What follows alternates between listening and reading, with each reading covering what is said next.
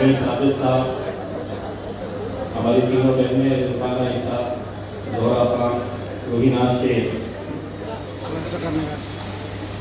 जिन्होंने आज ये प्रोग्राम के लिए बहुत मेहनत की। हमारे नौजवान साथी सैयद पठान साहब और उनकी पूरी टीम, मजलिस इत्तेहाद उल मुस्लिमीन के मुकर्रर के तमाम जिम्मेदार, जावेद सिद्दीकी साहब, असद पठान साहब, मुशीर शेख साहब, निसार अंसारी साहब, फारूक भाई और यहाँ के बुजुर्गों, नौजवानों, साथियों, हमारे एडवोकेट अमोल कामले साहब, हमारे भिवंडी के खालिद गुड्डू साहब के भाई, सबसे पहले तो मैं आप लोगों का तहे दिल से शुक्रिया अदा करता हूँ कि अल्हम्दुलिल्लाह आप लोग यहाँ पर आज इस जलसे में शरीक हुए। आप लोगों ने आउटसाइड है वो, इसलिए जिनका यहाँ पर मुमरा में देखने को मिली। इससे पहले कि मैं अपने तकरीर की शुरुआत करूँ, ये मौका मैं दो ऐलान करना चाहता हूँ। मजलिस इत्तेहाद उल मुस्लिमीन में हमारी जो बहनें जिस तरीके से काम कर रही है, जिस मेहनत, जिस लगन और जिस जुनून और दीवानगी के साथ काम कर रही है, उसमें हमारी एक तो पिंपरी की हमारी बहन है रूहीना शेख, आप खड़े रहिए। आज से अल्हम्दुलिल्लाह रूहीना शेख मजलिस इत्तेहाद उल मुस्लिमीन की महाराष्ट्र महिला संगठन की एक्टिंग प्रेसिडेंट बनके आज ऐलान किया जा रहा है। दूसरे हमारे साथी जिनको मैं भी बहुत सुनना चाहता हूँ और जब खड़े रहते हैं बोलने के लिए तो जिस अंदाज में वो बोलते हैं, उनके ऊपर और जिम्मेदारी डालते हुए आज से अल्हम्दुलिल्लाह सैयद मोइन साहब महाराष्ट्र के वाइस प्रेसिडेंट रहेंगे, महाराष्ट्र मजलिस इत्तेहाद उल मुस्लिमीन के वाइस प्रेसिडेंट रहेंगे। आप दोनों को बहुत बहुत मुबारकबाद पेश करता हूँ और उम्मीद करता हूँ कि आप लोग जो काम अभी तक करते आए हैं उससे ज्यादा और जोश में करेंगे। आपको ये कहूँगा कि बहुत ज्यादा जज्बाती मत होइए। मुझे डर ये लगता है कि किसी दिन आप चप्पल निकाल कर किसी को मार न देंगे, मुझे ये तो बहुत बहुत मुबारक। आज जब मैं मुमरा के लिए आ रहा था तो मुझे कुछ पुलिस ऑफिसर्स के फोन आए और उन्होंने मुझसे ये पूछा उन्होंने कि आप आ रहे हैं। मैं कहा जी मैं आ रहा हूं। उन्होंने कहा कि साहब थोड़ा आज दशहरा भी है, आज देवी की को बिठाया जाता है, तो आप थोड़ा उनका थोड़ा थोड़ा मैं समझ गया वो क्या कहना चाह रहे हैं। तो मैं उनको ये कहना चाह रहा हूं कि मैं उस जमात या उस तंजीम या उस संगठन का सदस्य नहीं हूं जो त्योहारों के मौके के ऊपर जाकर किसी मस्जिद के सामने खास तौर से डीजे बजाते हैं। मैं ऐसे संगठन से ताल्लुक नहीं रखता, मैं ऐसी किसी तंजीम से ताल्लुक नहीं रखता जो त्योहार की आड़ में इबादत गाहों पर रंग छिड़कने का काम करते हैं। और मैं इसलिए नहीं ये सब कर सकता क्योंकि मेरा मजहब मुझे ये इजाजत नहीं देता। मेरा मजहब मुझसे ये कहता है कि जितनी इज्जत तुम अपने मजहब की कर रहे हो, दूसरों की इबादत गाहों की भी उतनी ही तुमको इज्जत करनी है। ये मेरा मजहब मुझे सिखाता है। इसीलिए अगली बार जब मुझसे ये कहेंगे थोड़ा, तो थोड़ा उनको भी कह देना। ये हमारे मुल्क की तहजीब है, ये हमारे मुल्क की संस्कृति है ये हमारे मुल्क की पहचान है कि हमने हर मजहब को, हर त्योहारों को हमने साथ में मिलकर मनाया है। आज ऐसा क्या हो गया है इस मुल्क के अंदर कि जब कोई त्योहार आता है तो पुलिस वालों का बीपी बढ़ जाता है। और ये क्यों हो रहा है, कब से हो रहा है, आप अच्छी तरह से जानते हैं। आज इस मुल्क के अंदर जो एक फिजा तैयार की जा रही है, जो एक माहौल तैयार किया जा रहा है, आप बखूबी अच्छी तरीके से वाकिफ है। ये क्यों किया जा रहा है, कैसे किया जा रहा है, क्या हासिल करना चाहते हैं। सिर्फ सियासत की वो कुर्सी और उस कुर्सी को हासिल करने के लिए समाजों के बीच में, जाति धर्म के बीच में दरारें, दीवारें कैसी पैदा की जा सकती है, खड़े की जा सकती है। यही नंगा नाच पिछले 2014 से हम देखते आ रहे हैं। दोस्तों, आज मुमरा की सड़कों के ऊपर जब हम चल रहे थे, देख रहे थे, एक सवाल ये पैदा हो रहा था, इस मुल्क के अंदर क्या वजह है कि मुमरा जैसे इलाकों से तुम्हारी सियासी पहचान खत्म हो चुकी है, तुम्हारा वजूद खत्म होता जा रहा है, तुम्हारा जो मुकाम विधानसभा के अंदर होना चाहिए था, लोकसभा के अंदर होना चाहिए था, वो क्यों खत्म हो रहा है? वो इसलिए खत्म हो रहा है कि मुसलमानों को यह गलतफहमी पैदा कर दी गई है इनके अंदर। इस मुल्क के अंदर अगर सेक्युलरिज्म को जिंदा रखना है तो सुनो, उसकी पूरी जिम्मेदारी तुम्हारे ऊपर है, तुम्हारे कंधों के ऊपर है। सेक्युलरिज्म को जिंदा रखना। कैसा सेक्युलरिज्म? कभी सोचे हैं? वो सेक्युलरिज्म जो तुमको ये बताता है, अरे तुम्हारा काम सिर्फ वोट देना है, सत्ता में हम जाकर बैठेंगे, लोकसभा में हम जाकर बैठेंगे, विधानसभा हमारे लिए बनी है। मुमरा जैसे इलाके से कभी सोचो इस बात पे, गौर करो इस बात के ऊपर। मैं कुछ आंकड़े तुमको बताने के लिए आया हूं। 1980 में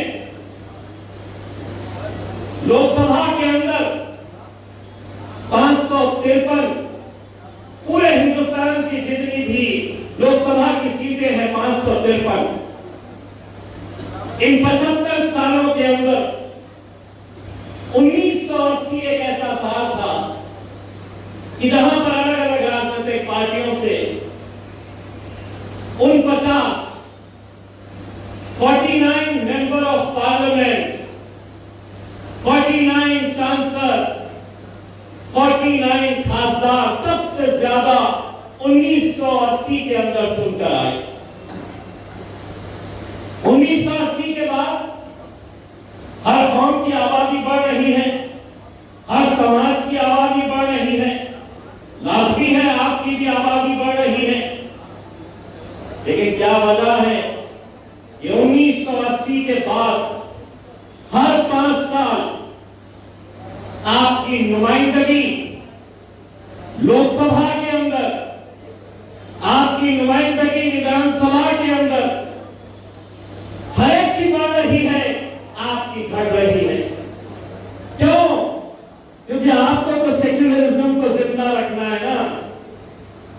आपको कहां इम्तियाज जलील चलने वाला है, आपको कहां पर असदुद्दीन अवैसी चलने वाला है। आपको तो सेक्युलरिज्म को जिंदा रखने के आपको पाठ पढ़ाया जा रहा है कि नहीं मुसलमानों, अंदर तो हम जाएंगे, तुम सिर्फ वोट देने का काम करो। 2004 के अंदर जो 49 का आंकड़ा था, 2004 आते आते कितने एमपीज गए लोकसभा के अंदर? तो 36 49 से 36 पे आ गए। 2019 जिसके अंदर इम्तियाज जलील उस लोकसभा का हिस्सा है, 36 के हम अब कितने हो गए? तो 26 और 10 कम हो गए। क्यों कम हो गए? क्योंकि जिनके होर्डिंग्स में आज देख रहा था, अलग अलग राजनीतिक पार्टियों के साथ मुसलमान लीडरों के जो तस्वीरें मैं देख रहा था, उन्होंने बीड़ा उठाया है इस मुल्क के सेक्युलरिज्म को जिंदा रखने का। 26 हो गए। हो सकता है कि 2024 के अंदर 16 हो जाए, उसके बाद 2-4 पे आ जाए और उसके बाद खत्म ही हो जाए। कितने ऐसे राज्य हैं जानते हैं आप? 18 स्टेट्स हैं जहां से एक भी मेंबर ऑफ पार्लियामेंट आपकी कौम का नहीं है, आपकी नुमाइंदगी करने वाला। पूरे महाराष्ट्र के अंदर मैं एक सवाल उन सेक्युलर पार्टीज के नेताओं से पूछना चाहता हूं। आदरणीय राहुल गांधी साहब, इज्जतमाब शरद पवार साहब, क्या महाराष्ट्र के अंदर 1-2 सीटें तुम्हें नजर नहीं आती है? क्या वजह है कि पूरे महाराष्ट्र से सिर्फ एक मुस्लिम एमपी चुनकर आता है और वो आपका भाई, आपका बेटा इम्तियाज जलील चुनकर आता है। दूसरे क्यों नहीं? तो एक दिन आदरणीय पवार साहब ने बहुत अच्छी बात कही। उन्होंने कहा था कि अगर हम टिकट देते हैं किसी मुसलमान को, तो उनका समाज, उनकी कौम तो उन्हें वोट दे देती है, लेकिन दूसरा समाज नहीं देता है। अच्छा, अब पवार साहब, अब सौदा किया जाएगा, अब हिसाब बराबरी का होगा, क्योंकि अब वो दिन गए साहब, सब आप दूल्हा बनकर घोड़ी चढ़ा करते थे, अब दूल्हे हम भी बनेंगे, घोड़ी हम भी चढ़ेंगे। वरना इतने सालों तक क्या कर रहे? बारात उनकी निकल रही तो हम नाचने का काम कर रहे हैं बारात के साथ। अब तुम्हें नचाएंगे।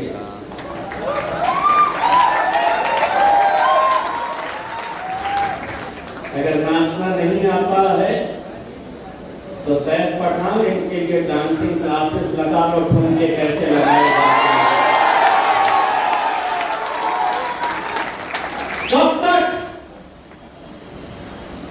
कब तक ये गुलामी की जिंदगी जीते रहेंगे? कब तक? करो सौदा, करो नेताओं से बात, कहो उनसे 4-6 महीने के बाद लोकसभा का इलेक्शन आने वाला है। राहुल गांधी की आंख में आंखें डालकर, शरद पवार की आंखों में आंखें डालकर उनसे कहो कि हम तुम्हारा साथ देंगे, विधानसभा तक साथ देंगे, अगर तुम्हारी पार्टी में 2 मुस्लिम एमपी चुना कर लेकर आई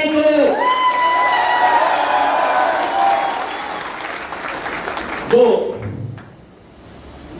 ला सकते हैं ना? नहीं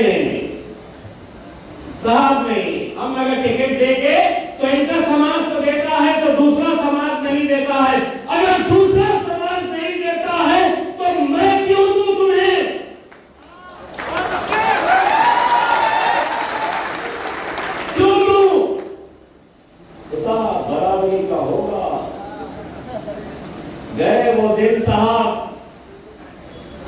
जब आपके लिए कुर्सियां उठाने का काम करते थे, शतरंजियां बिछाने का काम करते थे, अब जिस स्टेज के ऊपर राहुल गांधी बैठता है, जिस कुर्सी के ऊपर शरद पवार साहब बैठते हैं, अल्हम्दुलिल्लाह उसी कुर्सी के ऊपर इम्तियाज जलील उसी लाइन में बैठता है।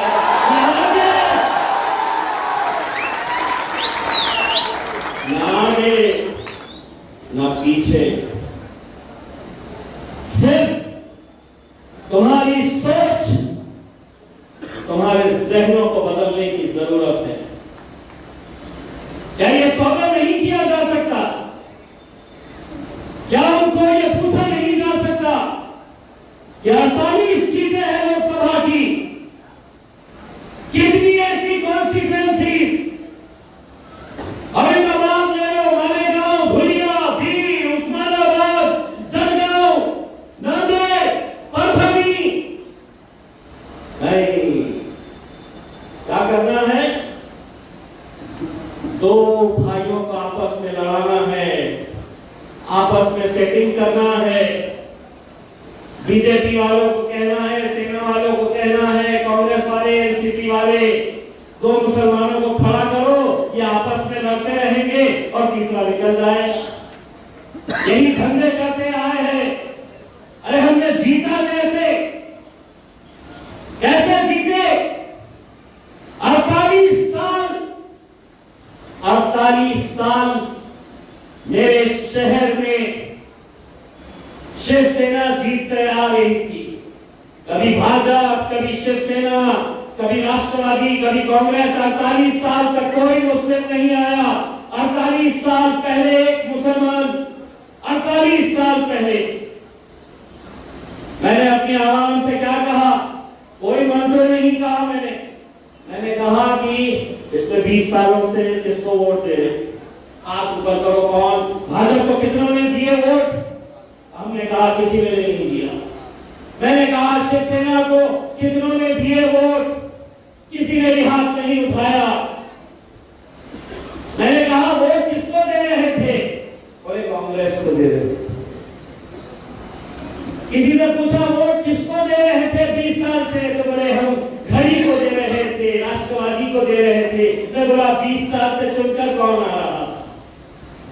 तुम वोट दे रहे थे कांग्रेस को, तुम वोट दे रहे थे शिवसेना को, जीत कर आ रही थी। तुम लोग वोट राष्ट्रवादी को दे रहे थे, कांग्रेस को दे रहे थे, लेकिन जीत कर शिवसेना आ रही थी। तब हमने उनको ये कहा कि अगर 20 साल से तुम्हारा वोट जाया हो ही रहा है, बेकार हो ही रहा है, तो एक बार नारे तकबीर ऐसा नारा लगाए, ऐसा नारा लगाए। किसी के दिमाग में आया था क्या? किसी के दिमाग में आया था क्या? एक बड़े नेता आए थे, बोले ये आमदार बन गया था वारिस पठान के साथ। 2014 में हम दोनों थे, दो थे, लेकिन कितनी बड़ी आफत थे कि आप असेंबली के अंदर देख लेना। मैं छोटी आफत था तो बहुत ही बड़ी आफत थी। गुजरात के बाहर के ये खड़े रहता था तो मेरे को टेंशन हो जाता था कि अब क्या होने वाला है। लेकिन हमने अपनी आवाम से सिर्फ यही कहा, इतने सालों से अगर तुम दे रहे थे अपना वोट और तुम्हारा वोट अगर जाया जा रहा है, शिवसेना जीत कर आ रही है, तो एक बार ताकत दिखाओ तो सही। एक बार एक प्लेटफॉर्म के ऊपर आओ तो सही, एक धक्का लगाओ तो सही। अल्हम्दुलिल्लाह ऐसा धक्का लगाया कि शिवसेना के झंडे को उखाड़ कर फेंका और मजलिस के झंडे को लहराया। मुंब्रा के नौजवानों के चेहरों को जब मैं देखता हूं, मुझे अपने आप पे अफसोस होता है। कहीं ना कहीं ये दर्द सताता है, कहीं ना कहीं ये सवाल मेरे मन में आता है कि अगर मैं औरंगाबाद में कर सकता हूं तो तुम मुंब्रा में क्यों नहीं कर सकते थे मेरे भाई? क्यों नहीं कर सकते हैं? नहीं, हमारा कैंडिडेट मतलब एक फरिश्ता चाहिए, फरिश्ता चाहिए। उसके जरा से भी, उसके सफेद कुर्ते पे जरा भी दाग नहीं होना चाहिए। बाकी के चोर लुच्चे लफंगे कैसे भी हो, सब चलता है। हमारा बड़ा फरिश्ता चाहिए। किस किस के पीछे जाते हो? कब तक जाओगे? कब तक? एक बात तो ये समझ लो, मुंबई की आवाम, एक बात समझ लो, ये दौर शाहरुख खान का चल रहा है। धर्मेंद्र और जितेंद्र घर पे बैठ चुके हैं।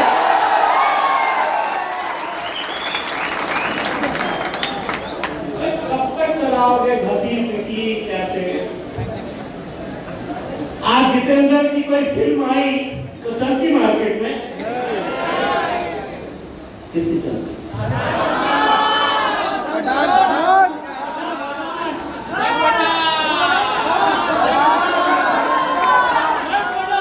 लाइन लगा के वो पठान देखने के लिए चले गए हैं। तुम्हारे तो घर में पठान बैठा हुआ है।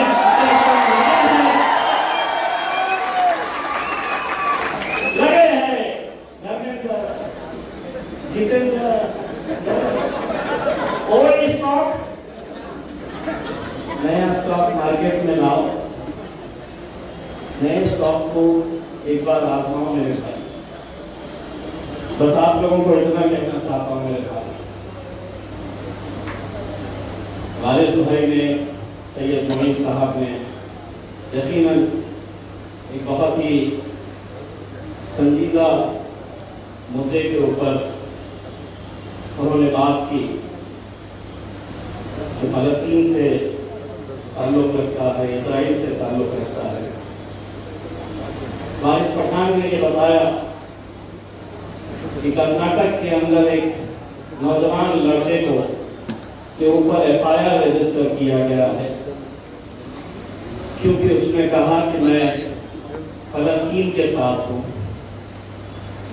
मैं कर्नाटक की हुकूमत को ये कहना चाहता हूं और हिंदुस्तान की हुकूमत को ये कहना चाहता हूं कि उस लड़के की तरह इम्तियाज जलील भी फलस्तीन के साथ खड़ा है।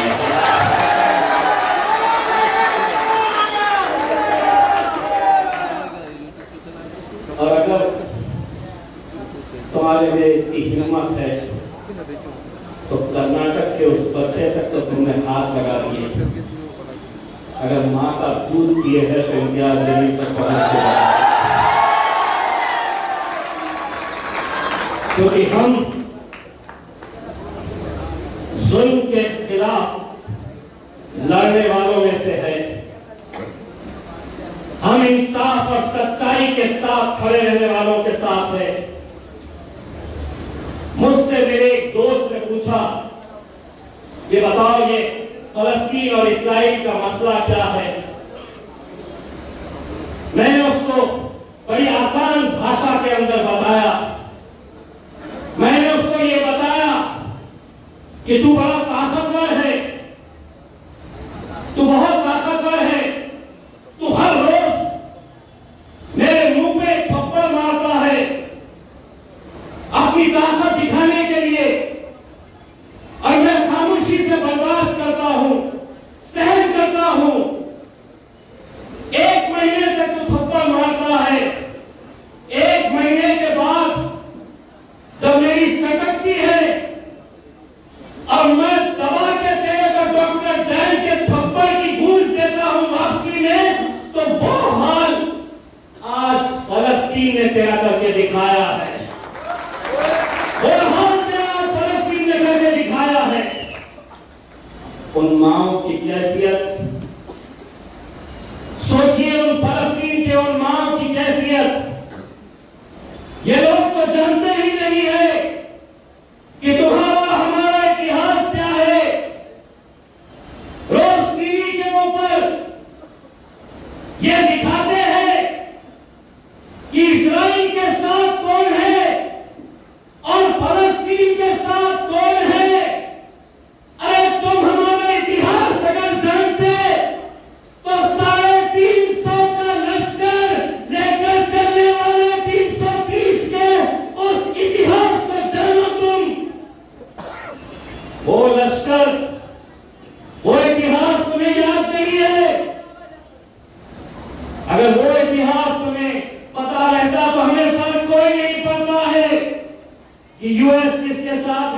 बच्चे किसके साथ थे, उनके साथ कौन है मुझे पता नहीं है, लेकिन फलस्तीन के साथ मेरा अल्लाह है।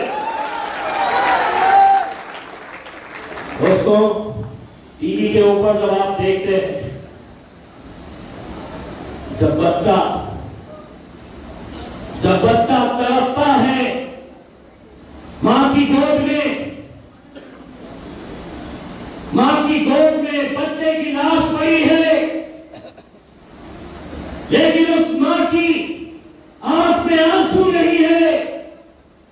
एक बात कहना चाहता हूं, जब बच्चा तड़पता है तो मां का कलेजा निकलता है, लेकिन जब मां तड़पती है तो जमजम निकलता है। जब मां तड़पती है तो जमजम निकलता है। यह इतिहास है हमारा। इसीलिए मेरे भाइयों, हम एक ऐसे दौर से गुजर रहे हैं कि जहां पर हक के साथ भी अगर तुम खड़े रहे तो तुम्हें कैसे आज जुल्म का सामना करना पड़ रहा है।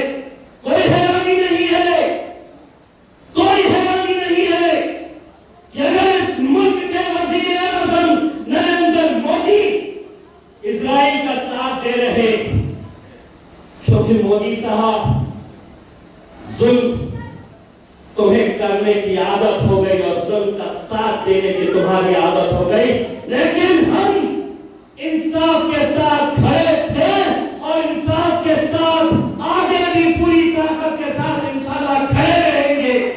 चाहे कहीं पर भी दुनिया में कहीं पर भी जुल्म हो रहा हो, हम अपनी आवाज बुलंद करेंगे। हम डरने घबराने वालों की जमात नहीं है, हम डरने या घबराने वालों की जमात नहीं है, अरेस्ट होने से हम डरते नहीं है। हमारे खिलाफ क्या कार्रवाई करना है करो, लेकिन हम हमारी जबान के ऊपर हम हक के लिए, सच्चाई के लिए, इंसाफ के लिए लड़ते रहेंगे। मेरे भाई, मुझे आज यहां पर मुमरा में आया, मुझे आप लोगों का जोश और जज्बा देखकर यकीनन बहुत खुशी हुई, लेकिन आज हमारे जितने जिम्मेदार हैं, शारम साहब है, सैफ पठान साहब है, शोएब साहब, जितने भी जिम्मेदार हैं, मैं उन लोगों से ये कहना चाहूंगा, अब इस बार मुमरा के अंदर कोई हम सेक्युलरिज्म का ठेका नहीं लिए हुए। इस बार मजलिस यहाँ पर झंडा लहराएगी इंशाअल्लाह, मजलिस यहाँ पर झंडा लहराएगी और तुम लोगों को साथ देना होगा, तुम लोगों को हिसाब चुकाना होगा, तुम लोगों को उनसे कहना होगा कि इतने साल तक तुम जैसा कहते थे मैं हम वैसा सुनते थे, तुमने जिसको कहा हमने उसको साथ दिया, लेकिन अब हमारे भी नुमाइंदे अगर मुमरा से नहीं जाएंगे तो फिर कहां से जाएंगे मेरे भाई। मुमरा को क्या नाम दिया जाता है, मुमरा को किस नाम से पुकारा जाता है बाहर, आप जानते हैं। अपनी गैरत को एक मर्तबा ललकारो, एक मर्तबा अपने ज़मीर को जिंदा करो, एक मर्तबा हक के लिए